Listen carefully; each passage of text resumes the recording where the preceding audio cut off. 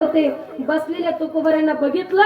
सावकाराचं घर विचारू लागले. बाबा भजन करीत बसलं. हो म्हणले, गावामध्ये सावकाराचं घर कुठे, आम्हाला दाखवा. बाबाच्या मनामध्ये छल नाही, कपट नाही. मोही कपट छल छिद्र भावा. मनामध्ये छल नाही, कपट नाही असणारे तुकोबर आहे. म्हणजे चला मी तुम्हाला दाखवतो सावकाराचं घर कुठे. पुढे पुढे बाबा निघाले. पाठीमागून 4 चोर निघाले. वैष्णवाची संगती सांगते बरं का मी. पाठीमागून 4 चोर निघाले. गेल्याबरोबर सांगितलं तुकोबराने, हे सावकाराचं घर दाखवून तिथे एका ओट्यावर भजनासाठी बसून गेले. भगवंताचं नाम मुखामध्ये आहे. 4 चोरांनी आजूबाजू सगळीकडे बघितलं.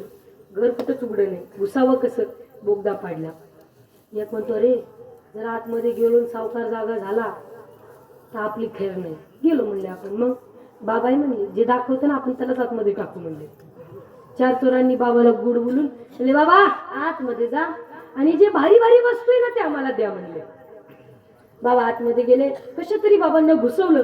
4 चोर बाहेर आहे, बाबा आतमध्ये सांगतायत, बाबा भारी भारी वस्तू आहे ना ते आता आम्हाला द्या म्हणले. आता शब्दाना म्हणे करता, एका शब्दाच्या आणि करता येऊ शकता.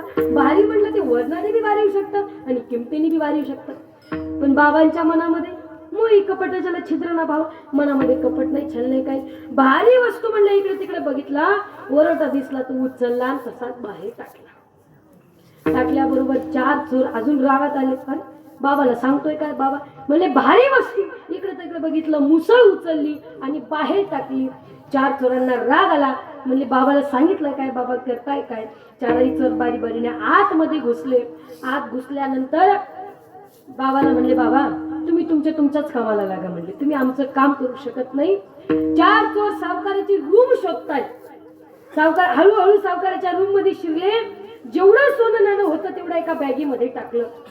निघणार तेवढ्यात तुकोबारांनी आता बसले विचार केला, अरे पहाटे झाली, ब्रह्ममुहूर्त झालेला आहे. मग त्यावेळेला काय घड्याळ होते का. ऋषीयोर मंत्र दृष्टार आहे. शास्त्र म्हणतं पहिलेचे ऋषीमुनी असे होते, स्वतःच्या मंत्रबळावर स्वतःच्या नाम जपाच्या बळाने सर्वत्र त्यांना भूत भविष्य वर्तमान कळत होतं. तुकोबारांनी ओळखलं, पहाट होणार आहे, ब्रह्ममुहूर्त झालेला आहे. आणि ब्रह्ममुहूर्त आता मला माझा सुंदर काकड्याची वेळ झालेली. काकड्याची वेळ म्हटल्यावर सुंदर तुकोबाराने गायला सुरुवात केली. उठा पांडुरंगा प्रभात समय पातला,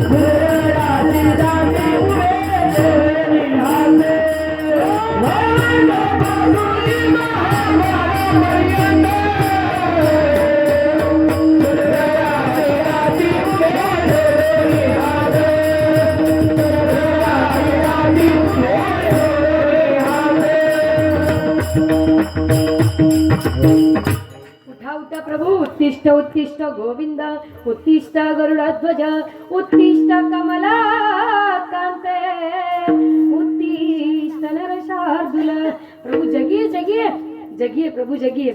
जय जय जय जामजित दोष गृहीत गुणान, तमसी यदात्मनि समवरुद समस्त वग जगदोक साम किलस.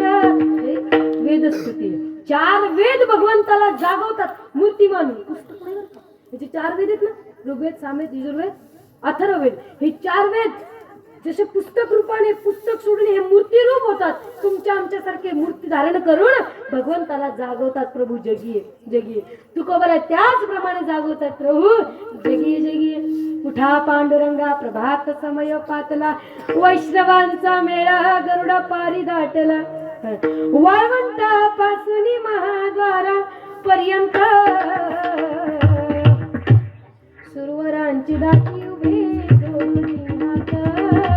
सर्वत्र देवी देवता आले. शुक सनकादिक नारद तुंगर भक्ताच्या कोटी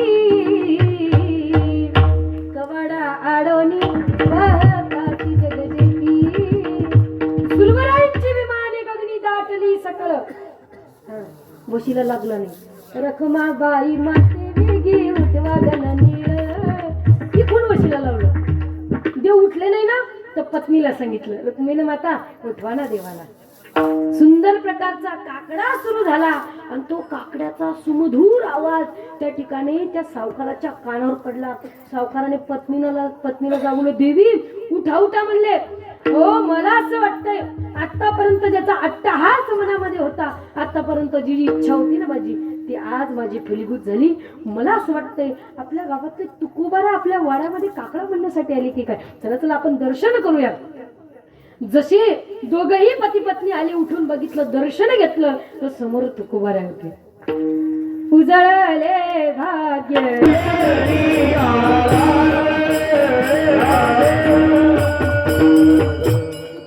उजळले भाग्य आता अवघी चिंता वारली. कारण का तुकोबारांना बघितल्यानंतर सावकार म्हणतोय, संत दर्शन निघाला.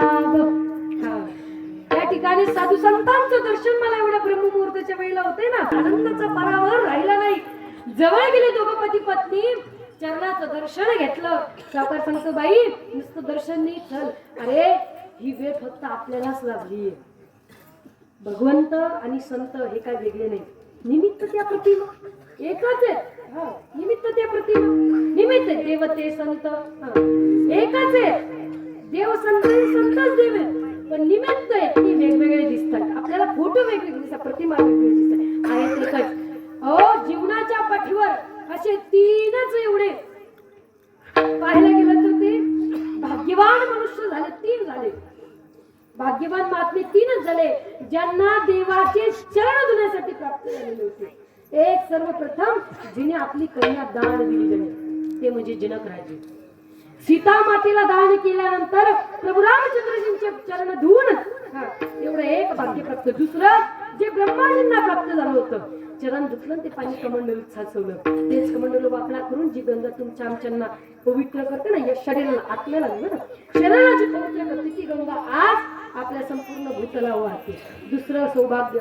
आणि तिसरं रामायणामध्ये जो केवट होता ना, ते केवटाला नावेमध्ये बसण्यासाठी केवटाने चरण धुण्याचा हट्ट केला, म्हणून भगवंताने त्याला चरण धुऊ दिलं. हे तिसरं भाग्य. तिसरं महात्मा. असे तीन महात्म्यांना भाग्याची प्राप्ती झाली.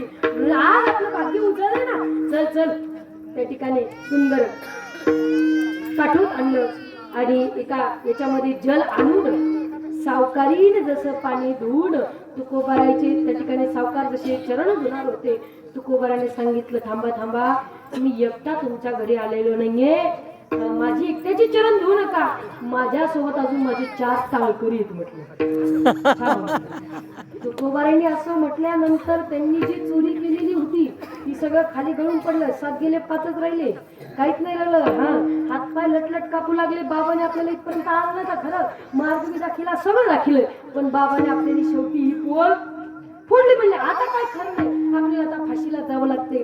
4 म्हणजे कुठे 4 टाकी, म्हणजे बघा इथेच तुमच्या घरामध्ये तुम्हाला शोधत होते म्हणले. ते सावकाराची बाई ते 4 चोरांना शोधती तर तिथे दिसल्याबरोबर त्यांना आदरात तिथ्यप्रमाणे आदर सत्कार करून तिथं आणलं. तुकोबारांच्या लाईनीत बसवलं आणि त्या ठिकाणी सावकारणीनं पाणी वतावं, सावकाराने ते चरण धुवावे आणि तेच तीर्थ म्हणून प्राशाद करावं. ज्यावेळेला ते 4 चोरांनी बघितलं, 4 चोरांना मनामध्ये कुठेतरी कष्ट वाटू लागले. अरे आतापर्यंत जीवनभर चोरी केली, चोरी नावाचा कलंक हे लेवल आपल्या माथ्यावर घेतलं, लोकांनी हाणलं मारलं, शिव्या दिल्या असतील, श्राप दिले असतील, पण आज या बाबाच्या संगतीत आलो तर साक्षात सावकार आपले चरण धुतून ते तीर्थ म्हणून प्रशांत करतोय.